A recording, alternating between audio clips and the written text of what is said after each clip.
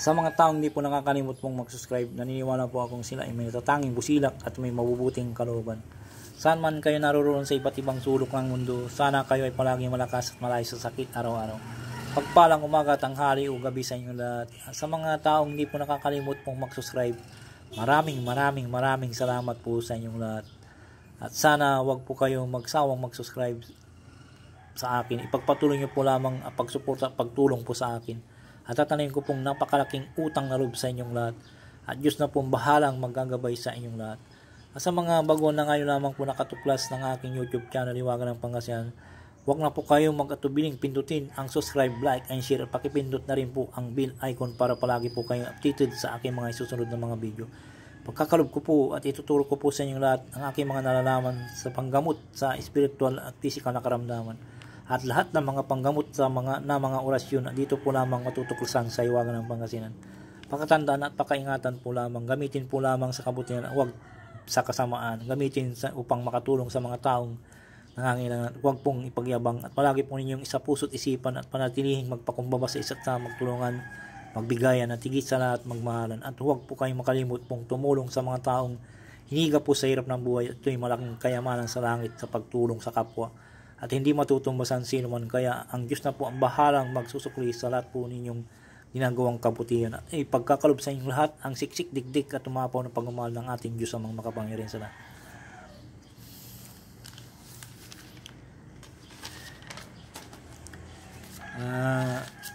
Hindi muna ako magsashoutout ngayon kasi medyo may importante pong pupuntahan po.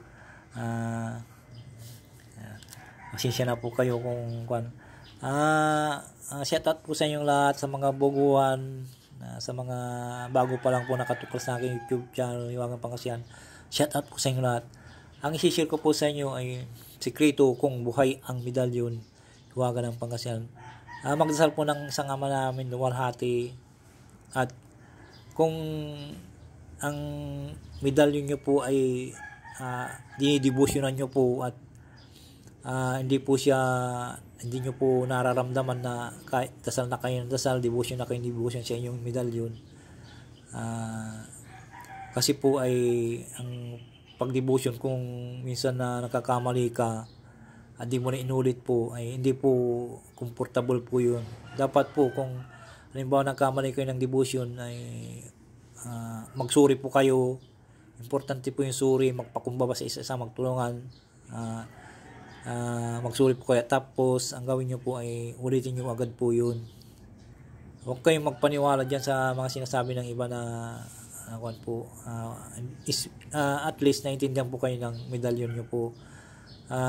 Ang binabagi ko po dito ay tunay po nangyari po, at ibabagi ko po sa inyo kung halimbawa na kung po yung medalyon nyo po na dasal na po kayo ng dasal, devotion na kayo devotion sa medalyon nyo po at wala pong reaction po, ay ibig sabihin po ay walang nanghihina po yung konyo po. Kaya ipagkakalob ko po sa inyo aking mga nalalaman sa pang sikreto po kung buhay ang medalyon nyo po. Magdasal po ng isang ama namin at luwalhati. Magdasal po tayo. Ama naming nasa langit, sambahin ang pangalan mo. Ikaw naman manghari sa amin. Sundin nawa ang iyong kalooban mo dito sa lupa at sa langit. Bigyan mo po kami ng pagkain kailangan namin sa araw na ito. Patawarin mo po kami sa aming mga kasalanan, tulad papatawad namin ng kasala sa amin. Huwag mo kaming iharap na migpit ng pagsubok, kundi ilayo mo kami sa masama, sapagkat iyo ang kariyan, kapangyarihan at kapurihan, makabakayan naman namin. Luwalhati sa Ama at Anak at Espiritu Santo, kapara ng unang-una, ngayon na makbakay naman ang salang hanggan. Amen.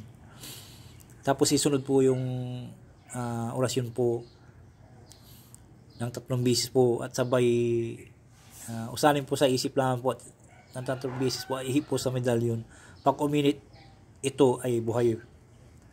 Kung di po uminit, ay ibig sabihin po ay nanghihina po ang inyong medalyon. Narito po ang orasyon: Tus Espiritu Santo Sopita. Tus Espiritu Santo Sopita. Tus Espiritu Santo Sopita. Usalin po sa isip lamang po at ihip po sa medalyon. Pag uminit po ay buhay na buhay po. Pero kung di po uminit, nanghihina po. Kaya dapat yung gawin po pag gano'n na nanghihina po ay ang gawin nyo na lang po para sigurado po kayo, sa Biyernes po ng mahal na araw, ibaon nyo po yun. Ibalot nyo po sa pulang tila o basta pulang tila, tapos ibaon nyo po sa lupa.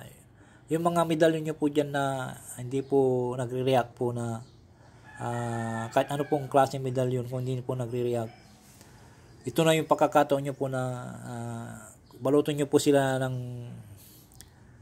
pulang tila, tapos ibaon nyo sa Biyernes Santo ng alas 12 po. Tapos kunin nyo po ito ng linggo ng pagkabuhay po ng alas 12 po. Yan lang po ang babagi ko po sa inyo. Maraming salamat po sa inyo lahat. Sana po mag-subscribe, mag-like and share, pakipindot na rin po bell icon. Maraming salamat po.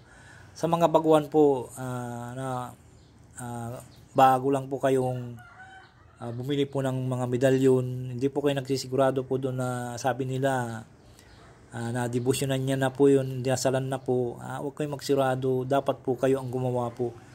Ito na yung pagkakataon nyo po na kung hindi po nyo na debosyonan, hindi po nyo po ang alam nyo po, hindi nyo po alam ang gagawin nyo po, ay tuturuan ko po kayo. Ito na po yung pagkakataon nyo po. Sa Biyernes Santo po, balutin nyo po siya ng pulang tila, tapos ibaon nyo po ng Biyernes Santo ng tanghali, alas 12. Kunin nyo po ito sa linggo ng pagkabuhay po ng alas 12. Yan po ay, tapos pagkatapos nyo pong kunin po ay linisan nyo po. Ang paglilinis po ng medalyon po ay, alam nyo po yung pinagkunan ng gatong na kahoy na naging parang uling na parang apog. Yun ang maganda po, i-share ko po sa inyo. Yung po ay kumuha kayo ng toothbrush po at ikon nyo po, dahan-dahanin po yung ikuskus po doon sa mga medalyon nyo po. Tapos pagkatapos nyo ikuskus, di maganda po yun, mapupunasan po siya, parang bago po. Tapos pagkatapos nyo punasan nyo po ng tubig po, tapos punasan nyo po ng tuyo. Pagkatapos po ng tuyo, tapos lagyan nyo po ng langis, kahit ano pong langis. Kung wala po kayong langis, lagyan nyo po ng, basta kahit ng BBL, pwede rin po. Basta ang ibibilin ko po sa inyo, huwag po yung lagyan po lagi ng BBL, yung ilagay nyo po talaga langis, kung may langis na po kayo. Alagaan nyo po sila para gagabayan po kayo ng mga medalyon nyo po. Yan ang tagabilin ko po sa inyo. Number 1 po itong Biyernes Santo na pagkabuhay po. Lahat po ng mga nawalan po ng kapangyarihan na mga medalyon, ano po pa yan dyan, ibaon nyo po at siguradong mabubuhay po sa kapangyarihan ng Diyos, ang mga makapangyarihan sa lahat. Kasi pagkabuhay ng Diyos ang mga makapangyarihan sa lahat, kaya sana po naintindihan po yung aking ibig sabihin. Maraming salamat po sa inyong lahat. Sikreto kung buhay ang medalyon, Hiwaga ng Pangasinan. Maraming salamat po sa inyong lahat. Bye po.